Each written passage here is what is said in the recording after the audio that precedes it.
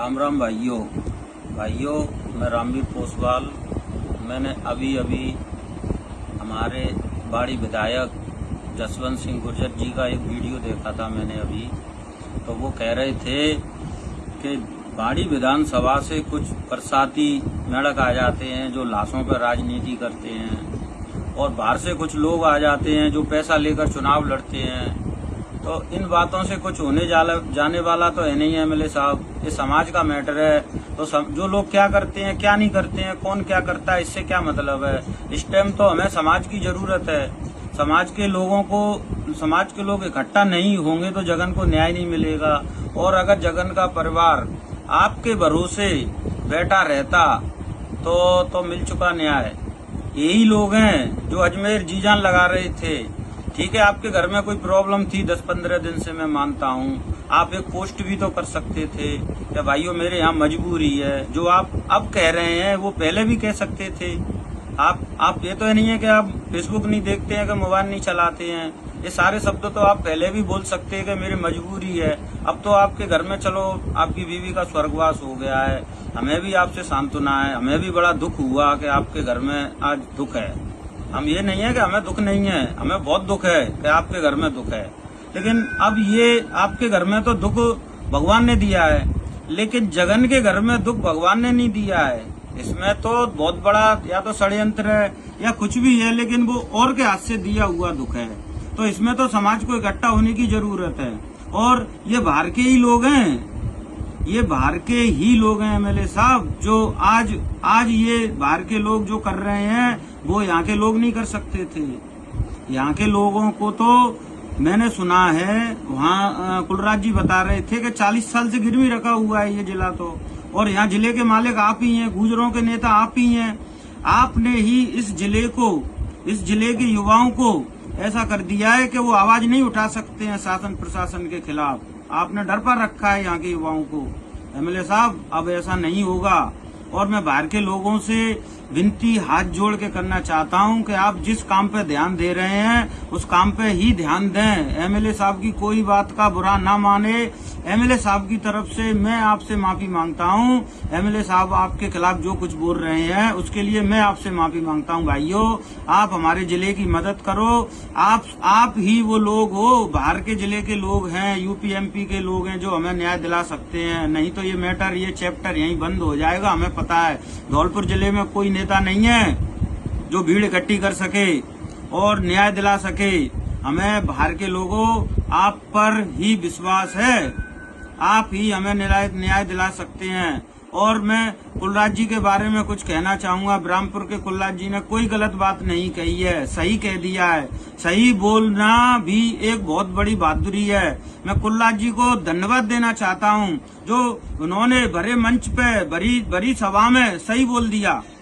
इसमें एमएलए साहब बुरा मत मानो। सही सुनने की भी आदत डालो कि कौन मेरे बारे में क्या कह रहा है। बेवजह कोई किसी के बारे में कुछ नहीं कहता है। एमएलए साहब आपने 2.5-3 साल में जो समाज के साथ कर्म किए हैं लोग उसी को बोल रहे हैं। इसमें आपने कुछ किया ही नहीं है तो सुनो। इसमें अगर कुछ करने की आपकी औकात हैसियत नहीं है तो अपने घर बैठो, और आपकी औकात हैसियत है जब समाज के लिए कुछ करने की तो समाज में आप आओ। मैंने किसने किया है। लेकिन अभी यह कह रहे थे कि मेरे 15 दिन से मेरे घर में परेशानी है। वो तो अब दिखी है आदमी को, पहले क्या दिखी थी। आप एक पोस्ट भी तो डाल सकते थे कि मेरे घर में प्रॉब्लम परेशानी है। समाज के लोगों से निवेदन कर सकते थे आप, मेरे घर मेरे प्रॉब्लम है, मैं आ नहीं सकता हूँ, ऐसे मैं जयपुर हूँ 15 दिन से। एमएलए साहब ऐसी बातें करने से कुछ नहीं होगा। 2.5-3 साल में आपने बाड़ी नहीं देखी है। बाड़ी किसे कहते हैं, जबकि बाड़ी ने आपको मलिंगा से ज्यादा वोट दिए थे। और आप ये ना समझें कि आप मलिंगा को हरा चुके हैं। मलिंगा से आप चुनाव नहीं लड़े थे एमएलए साहब, जनता चुनाव लड़ी थी। जनता ने मलिंगा को हराया है, आपने नहीं हराया। आप तो एक मोहरा थे मलिंगा को हराने के लिए, जो आपको वोट मिल गए। और आप में अगर कोई खूबी होती तो आप 4 चुनाव लगातार नहीं आते एमएलए साहब, ये भी ध्यान रखो। 4 चुनाव आप अपनी गलती की वजह से आ रहे हैं, अपने कर्मों की वजह से आ रहे हैं, आप अपनी भाषा की वजह से 4 चुनाव आ रहे हैं एमएलए साहब। अब अब आप कभी जीवन में चुनाव नहीं जीत सकते हैं, ये समाज के बच्चा बच्चा को पता है, हर बिरादरी के आदमी को पता है कि आप चुनाव नहीं जीत सकते हैं। एमएलए साहब, आपकी कहानी खत्म हो चुकी है, आप मुझसे ज्यादा मत बुलवाइए और कृपया करके मैं आपके हाथ जोड़ रहा हूँ। जो बाहर के लोग कर रहे हैं उसे करने दीजिए, वो लोग हमारे लिए लड़ रहे हैं, हमारे जिले के लिए लड़ रहे हैं। एमएलए साहब, अगर आप नहीं लड़ रहे हैं तो अपने घर बैठिए। आप बेफजूल की फालतू बात किसी से मत कीजिए। ये लोग हमें न्याय दिलाने के लिए आ रहे हैं। एमएलए साहब, आप वो आदमी हैं जो समाज के लोगों की ऐसी की तैसी करके रख देते हैं। एमएलए साहब, ज्यादा मुंह मत खुलवाइए मेरा कि आप कैसे लोग हैं। आपकी हर हरकत से समाज वाकिफ है। एमएलए साहब, समाज का बच्चा बच्चा आपको जानता है। एमएलए साहब, बस यही आपसे हाथ जोड़ के विनती है, अगर आप जगन परिवार के लिए कुछ नहीं कर सकते हैं तो कृपया करके झूठी हमदर्दी भी मत दिखाइए। जैसा चल रहा है ऐसा चलने दीजिए।